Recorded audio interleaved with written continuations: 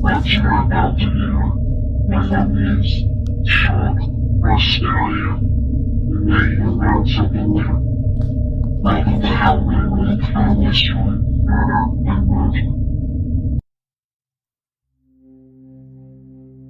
Now, you guys know that I couldn't let this week go by without talking about murder.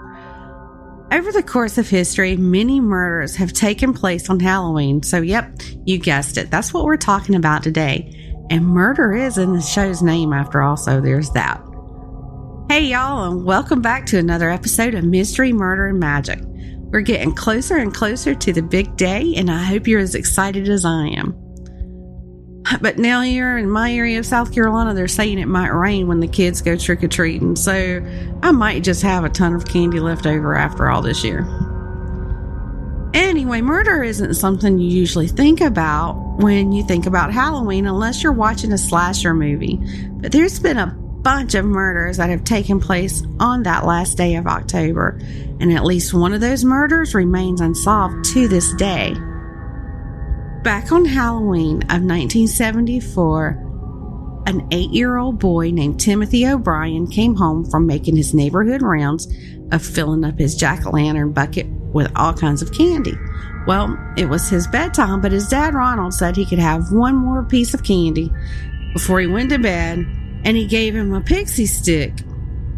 Well, instead of falling asleep, little Timothy nearly instantly started vomiting, and he died in the ambulance on the way to the hospital. The authorities questioned Ronald on multiple occasions, and each time he changed his story a little bit. Well, it didn't take long for the police to start to figure out that Ronald had killed his own little boy by lacing that pixie stick that he had given Timothy with cyanide. What on earth would make a father kill an innocent little kid like that, you know? Well, it seems that Ronald had racked up a considerable amount of debt, and he had taken out a life insurance policy on his kids. In fact, to make the whole thing look like an accident, he had given his other child, a daughter named Elizabeth, a tainted candy also, but fortunately she didn't eat it. So I guess he needed to knock off one of his kids to pay those debts. But anyway, that following year, Ronald went on trial and he was found guilty. Then he was sentenced to death by lethal injection. He was executed on March 31st, 1984. He lived on death row longer than his little boy Timothy had ever even been alive. And to this day, because of that one isolated incident, parents still check their kids' candy after they trick-or-treat. On Halloween night 2004, 3 friends named Leslie Mazzara, Adrienne Insagna, and Lauren Meanza spent the night handing out candy to trick-or-treaters at their Napa, California home. Around 11 p.m. that night, they decided to call it a night and head to bed. Well, Lauren was soon awoken by screams from the upstairs bedrooms, so she ran out of the house and she drove away. Unfortunately, Leslie and Adrienne, who were both 26, had been stabbed to death. Now, eventually, a friend of one of the women, it was a man named Eric Matthew Koppel, confessed to the murders, but he, to this day, has never given a motive of why he killed him. But he's currently serving a life without parole sentence. Now, back in the 1970s, hitchhiking was no big deal. It was a major source of transportation for those who didn't have a vehicle and in those areas, that didn't have public transportation. Well, on Halloween night of 1979, Shirley Ledford was on her way home from a Halloween party when she caught a ride with 2 men that she didn't know in a van. She had no idea that she'd been picked up by serial killers that had been dubbed the Toolbox Killers. The 2 men, Lawrence Bittaker and Roy Norris, were infamous for picking up young women who were hitchhiking, and then they would torture them with tools that were commonly found in a toolbox. Well, sometimes they would even photograph their victims. When they were finished with Shirley, they threw her out in a random yard.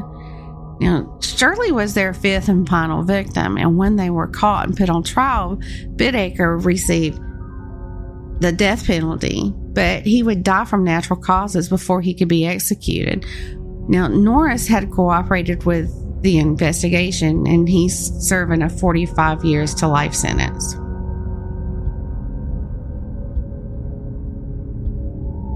In 1992, a Japanese exchange student named Hoshiro Hattori set out for a Halloween party. Now, because the area in New Orleans was new to him, he struggled to find the location of the party. But he thought he had finally found it, so he got out of the car, walked to the door, and knocked. But no one answered the door, so he walked back to his car, and when he gets to his car, the front door of the house opens. Yoshiro told the man who had opened the door that he was there for the party, but the man, instead of telling him that he had the wrong house, pulls out a revolver and shoots him. What the hell? When the police questioned the homeowner, the man, he told them that he was scared and thought that Hoshiro was trespassing on his property. Well, that man was charged with manslaughter, but he used the castle doctrine, and the castle doctrine is where a person claims they have the legal right to protect their home with lethal force. And get this, the jury found him not guilty. I mean, that's just disgusting. I mean, that was somebody's kid that just had the wrong address. You know, it happens. Even with GPS these days, it happens. I mean, my GPS, sends me all over the place before getting to the correct destination. But, I mean, God, it's crazy. At a Texas convent in 1981, a nun's nude body was found naked. Now, some of the sisters in the convent noticed that a window in the community room was broken, so they called the police. Well, during the investigation, authorities found the deceased nun's clothes and a knife under her bed. Now, it took a little while, but they did, find out who did it, because a neighbor reported seeing another neighbor whose name was Johnny Frank Garrett running from the convent on that Halloween night.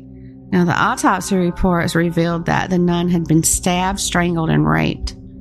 In 1992, Garrett was sentenced to death. His last words before he was executed was, "I'd like to thank my family for loving and taking care of me. The rest of the world can kiss my ass."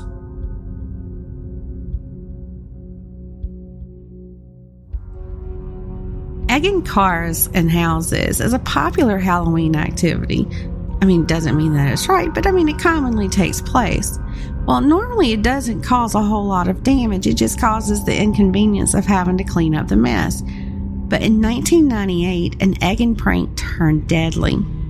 21-year-old Carl Jackson of the Bronx, New York, and his girlfriend left out to pick up the girlfriend's little kid from daycare. Well, as they drove, a group of teenagers threw eggs at the car.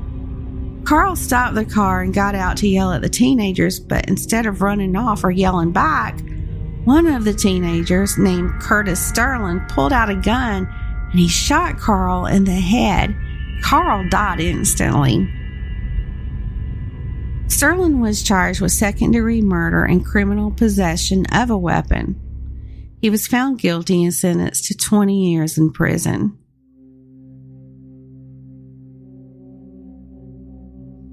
In 2010, when 16-year-old Devin Griffin returned home I think he was coming home from church is what I had read earlier, but he was coming home to play some video games.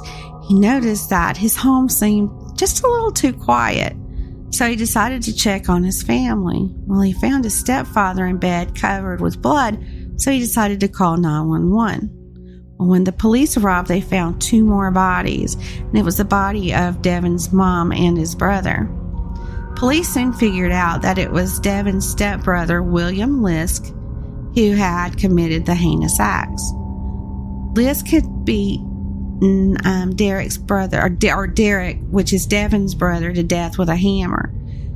and he had shot his own dad 5 times. Then he raped and shot Devin's mom, Susan. Now, to avoid the death penalty, William List pled guilty to 3 counts of aggravated murder. However, in a shocking turn of events, he was found dead in his cell from a self-inflicted wound in 2015. And finally, we come to our unsolved case. On Halloween night of 1981, photographer Ron Seisman and his girlfriend Elizabeth Platzman were beaten and then shot. The apartment was ransacked, so it was believed that whoever did it may have been looking for drugs, but the only thing found to be missing was a .25 caliber handgun registered to Ron.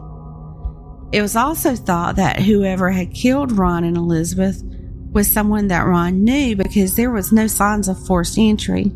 Well, later in the investigation, a prison informant told police that the infamous killer, the son of Sam, David Berkowitz, had told him about the murder before it even happened, saying that the murder was going to be carried out by a satanic cult that he was a member of. He also said that Ron had recorded from a distance the last murder that Berkowitz had carried out. So by that account, it was thought that the house was ransacked because the intruder or intruders were looking for that film. But there was never any proof to back up any of those claims or any of those theories that came from those claims. And to this day, the murders of Ron Seisman and Elizabeth Platzman, sorry about that, remain unsolved.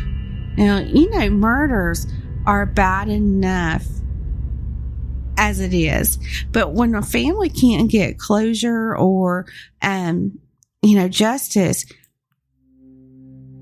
it's just really bad. I mean, there's just nothing for those families to give them that little bit of,